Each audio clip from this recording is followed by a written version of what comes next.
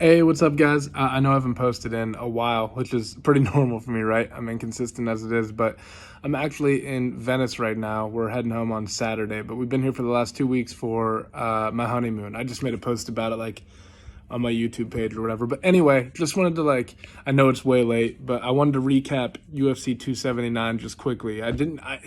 Like I said, I'm on my fucking honeymoon, right? I caught the two fights, right? I caught Diaz versus Ferguson, and I caught Khamzat versus Kevin Holland, obviously.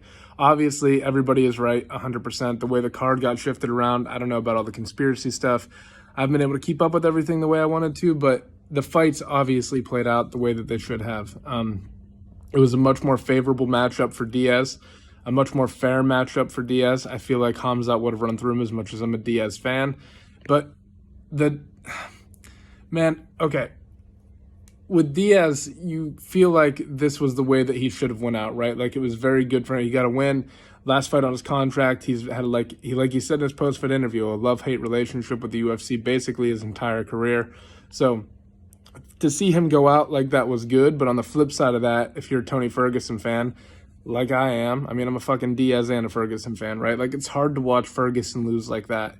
And unfortunately, I think that Daniel Cormier is right in his analysis of this. I don't think we ever see Tony Ferguson come back and make something happen again. I think that this is probably, he was doing well with the leg kicks and stuff, right? But I think that this is probably the last time we ever see him really compete at even a semi-high level. I think you see him fight a lot of newcomers. He'll probably pick up, I think he's on the Jim Miller and Donald Cerrone track where he keeps fighting. He picks up wins over newcomers who aren't quite ready for that level of competition. He shows them what a true veteran feels like. But then when he has to fight good competition and stuff again, like that top 15 type talent, I think he really struggles. And I think that it'll be a long time and maybe, man, I don't know if we ever see Tony Ferguson pick up a very important win again. I just felt like his fight IQ was off. His reaction time was off. I felt like there were moments in that fight where Diaz was doing that weird shit, like he was taking the breaks where an old Ferguson would have pushed the gas on him. And I felt like Diaz's boxing was making him a little bit hesitant, and hesitancy isn't something we've ever seen from Tony. So, until the Justin Gaethje fight, right? Shit like that'll make you gun shy. Anyway, I know it's like every time something like that happens and a fighter goes, it's like speculation about all this stuff, right? But I really, in my heart, feel like this is the last time that we'll ever see Tony Ferguson in a big matchup that he really has a chance to win. I think he had a chance to win that fight, but fuck. Anyway, the Khamzat situation.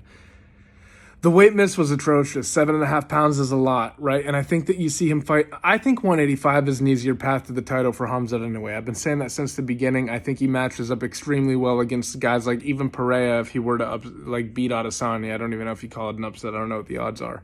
But I think he matches up very well against the strikers in that division. I think it's a very tough matchup for Adesanya to go against a wrestler like Khamzat. But focusing on this fight specifically, right?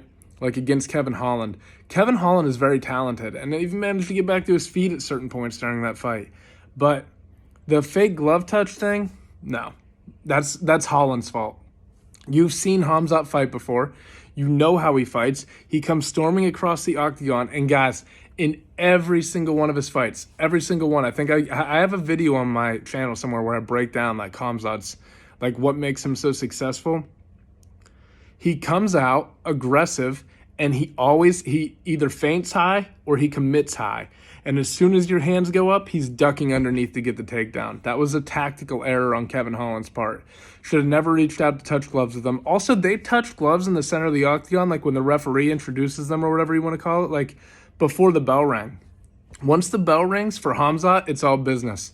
That's a tactical error on Kevin Holland's part and definitely not a fake glove touch attempt by Khamzat. He comes across the octagon, he feints, he gets your hands moving up, and he dips underneath and shoots, and he puts it in dominant position. And it's what lets him finish his guy so quickly. But either way, the weight miss aside, you have to set it aside. There's no denying that this guy's a freak of nature and that he is a fucking, incredible talent, right? I don't know. To me, it has, I know it's shitty and all these fighters are hopping all over him and stuff, but it does nothing to change his trajectory. He wins one or two more fights and he's still fighting for a title. in either weight class. Honestly, I think so. I think that 185 is probably more well suited for him. It gets tough to cut that weight, and the gap between 170 and 185 is pretty big. There's a reason you never saw GSP move up to fight Anderson Silva, right? So I don't know. Things to think about, just some quick thoughts on it. I know I haven't given an update lately, but like I said, on my fucking honeymoon, kind of hard to focus on the UFC and stuff. Obviously thinking about it still, but just wanted to post an update for you guys. Also, I get back on Saturday, and I'm going to try my best to have like a full breakdown of all the techniques and everything and all the specifics that led to the submission win for Khamzat over Kevin Holland.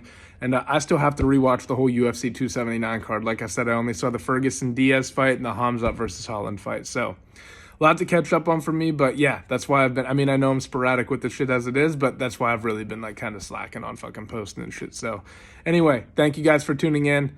Appreciate you all, and I will catch you guys next week when I'm able to start making content again a little bit more consistently. Thank you guys. Bye-bye.